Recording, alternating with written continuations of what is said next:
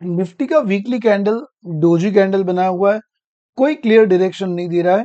हालांकि हमारा एक इंडिकेटर जो हमने डेवलप करा है उसके हिसाब से निफ्टी बुलिश है। चलिए थोड़ी डिटेल में बात करते हैं। नमस्कार, मैं सी अमित पोपट निफ्टी के वीकली एनालिसिस के वीडियो में आपका बहुत बहुत स्वागत करता हूं। चलिए चार्ट पे ले जाता हूं, फिर कुछ बातें करते हैं।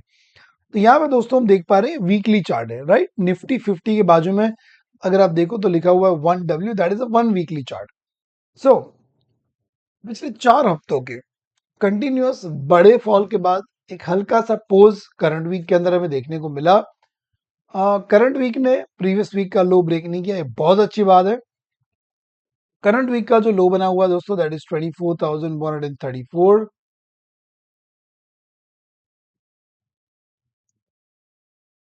करंट वीक का क्लोज आया है 24,304 के आसपास, और करंट वीक का हाई जो बना है दैट इज 24,498। तो बहुत ही छोटी रेंज के अंदर, बहुत ही कम रेंज के अंदर निफ्टी का पूरा वीकली कैंडल समा गया। हालांकि इसमें कल फ्राइडे तो मुहूर्त ट्रेडिंग भी था, 4 दिन का वीक था, इतना बड़ा कोई मोमेंटम हमें देखने को नहीं मिला। कहीं ना कहीं एक हल्का सा पोज, एक जो बैरिशनेस चल रही थी उसके अंदर हमें दिखाई दे रहा है।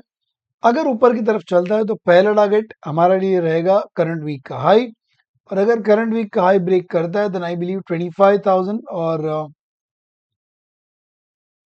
25,000 का big round number, that will be very very crucial for us. और अगर 25,000 ब्रेक करता है तो ऊपर की तरफ फिर ये फेयर वैल्यू गैप्स जहां पे बने हुए हैं वो 25,844 तक जाने के चांस है। हालांकि एक वीक में इतना बड़ा मूव आएगा ये मैं नहीं मानता हूं। तो नेक्स्ट वीक के लिए 25,000 का टारगेट मैं रखूंगा अगर ऊपर की तरफ चल रहा है तो। और अगर नीचे की तरफ चल रहा है तो जो सबसे स्ट्रॉन्ग सपोर्ट मेरे हिसाब से बन रहा है वो यहाँ पे बन रहा है 23,666 का, क्योंकि यहाँ पे एक 3 कैंडल के बीच बुलिश फेयर वैल्यू गैप बना हुआ है जो अभी भी अनफिल्ड है। तो अगर ये गैप फिलअप करने के लिए आता है, देखो यहाँ पे दिखा भी देता हूँ।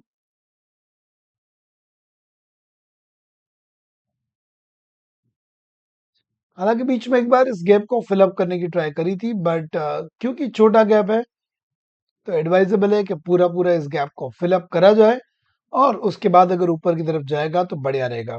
तो नीचे की तरफ दो ही टारगेट है, एक करंट वीक का लो और उसके बाद 23,666। अब बात करता हूँ हमारा ये जो इंडिकेटर जो हमने हमारे ट्रेडिंग के लिए डेवलप करा है, which is working very good for us. बहुत सिंपल इंडिकेटर है। अगर चार्ट का बैकग्राउंड रेड है तो हमें यहाँ पे बेरिश पोजीशन लेनी है, शॉर्ट पोजीशन लेनी है। और अगर चार्ट का जो बैकग्राउंड कलर है वो येलो है तो हमें वहां पे बुलिश ट्रेड लेना होता है, बुलिश पोजीशन बनानी होती है। हमारा इंडिकेटर बैंक निफ्टी के अंदर भी बुलिश है, इसके तहत ही मेरी बैंक निफ्टी के अंदर एक बुलिश पोजीशन भी चल रही है। चलिए देखते हैं मंडे क्या होता है, किस तरह से होता है।